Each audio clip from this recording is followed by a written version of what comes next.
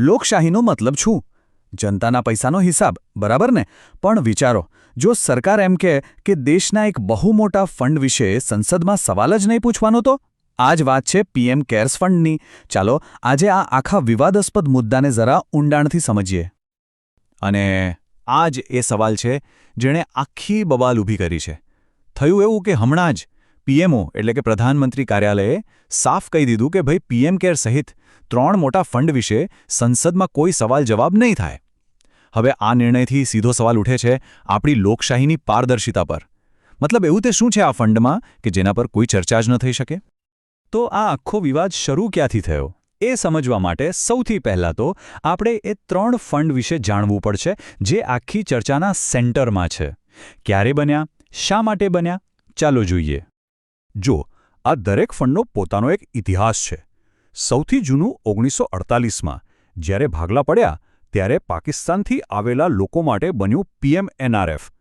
પછી 1962માં આપણા સૈનિકોના કલ્યાણ માટે બન્યું NDF. અને સૌથી નવું 2020માં જ્યારે કોવિડ મહામારી આવી ત્યારે બન્યું આ પીએમ કેર્સ ફંડ. મતલબ કે દરેક ફંડ કોઈને કોઈ મોટી જરૂરિયાતના સમયે જ ઊભું થયું છે. ઓકે, તો હવે આપણે વિવાદના બિલકુલ મૂળમાં જઈએ છીએ. અને આ આખો ખેલ છે ને એ આ એક શબ્દ પર છે, પબ્લિક ચેરિટેબલ ટ્રસ્ટ. આ એક કાયદાકીય ટર્મ છે. એનો સીધો મતલબ એ છે કે આ ફંડ સંસદના કોઈ કાયદાથી નથી બન્યું, પણ લોકોના દાન ધર્મના હેતુથી બન્યું છે. અને બસ, સરકારની બધી જ દલીલોનો પાયો આ એક જ વાત પર ટકેલો છે. તો સરકાર આ ફંડને સંસદની પૂછપરછથી બચાવવા માટે શું કહે છે? એમની દલીલો શું છે? ચાલો એમનો પક્ષ સમજીએ. એ લોકો આને એક કાયદાકીય ઢાલની જેમ વાપરી રહ્યા છે. સરકારની વાત એકદમ સિમ્પલ છે. એ લોકો કહે છે, જુઓ, આ એક પબ્લિક ચેરિટેબલ ટ્રસ્ટ છે, કોઈ સરકારી ફંડ નથી. આને સંસદે નથી બનાવ્યું, આમાં સરકારના ખજાનામાંથી ₹1 પણ નથી આવ્યો. જે પણ છે એ લોકોએ પોતાની મરજીથી આપેલું દાન છે. તો પછી સંસદને આના વિશે પૂછવાનો કોઈ હક નથી. બસ આટલી જ વાત છે. અને આ જ દલીલો એમણે દિલ્હી હાઈકોર્ટમાં પણ કરી છે. અને આ વાતને વધારે પાક્કી કરવા માટે સરકારે દિલ્હી હાઈકોર્ટમાં એક એફિડેવિટ એટલે કે સોગંદનામું આપ્યું. એમાં એમણે સાફ લખ્યું છે કે પીએમ કેર્સ ફંડ સરકાર અથવા કોઈપણ સરકારી સંસ્થાની માલિકીનું કે એના નિયંત્રણ હેઠળ નથી. બસ આ એક વાક્યમાં જ એમણે પોતાનો આખો પક્ષ મૂકી દીધો. સારું, તો આ તો થઈ સરકારની વાત. પણ હવે સિક્કાની બીજી બાજુ પણ જોવી પડે, બરાબર? વિપક્ષ અને બીજા જે લોકો આનો વિરોધ કરી રહ્યા છે એમને સરકારની આ દલીલો ગળે નથી ઉતરતી. એમનો મુખ્ય વાંધો પારદર્શિતા એટલે કે ટ્રાન્સપેરન્સીને લઈને છે. આ ટેબલ જોશો ને એટલે આખો મુદ્દો એકદમ ક્લિયર થઈ જશે. જો એક બાજુ છે NDRF, આ પણ આપત્તિઓ માટેનું સરકારી ફંડ જ છે. હવે એમાં શું થાય છે? દેશની સૌથી મોટી ઓડિટ સંસ્થા CAG એનો હિસાબ ચેક કરે છે. RTI હેઠળ કોઈપણ એના વિશે માહિતી માંગી શકે છે અને સંસદમાં એના પર ચર્ચા પણ થાય છે. બધું જ પારદર્શક. હવે સામે જુઓ, PM cares fund. CAG audit? ના. RTI લાગુ પડે? ના. સંસદમાં સવાલ પૂછાય? બિલકુલ નહીં. આ જ જે મોટો ફરક છે ને એ જ વિરોધનું મુખ્ય કારણ છે.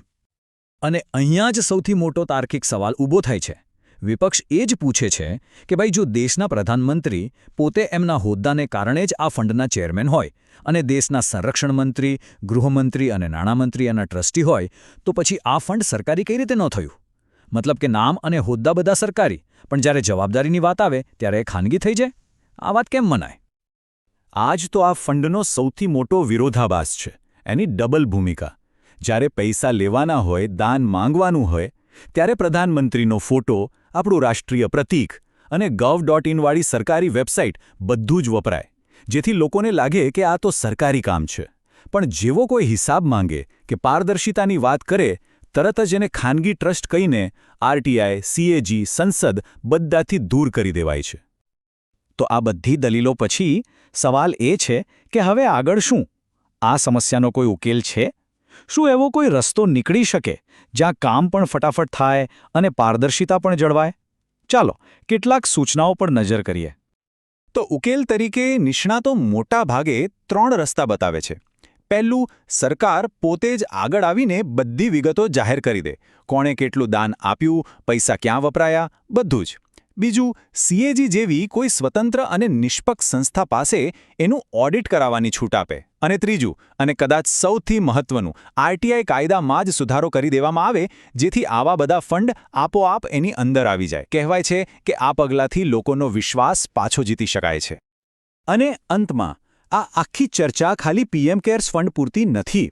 આના મૂળમાં એક બહુ મોટો સવાલ છુપાયેલો છે. કોઈ પણ લોકશાહી માટે કટોકટીના સમયે ઝડપી નિર્ણયો લેવા જરૂરી છે કે જનતાના પૈસાનો હિસાબ આપવો વધુ જરૂરી છે? કાર્યક્ષમતા અને જવાબદારી, આ બંને વચ્ચેનું સાચું બેલેન્સ ક્યાં છે?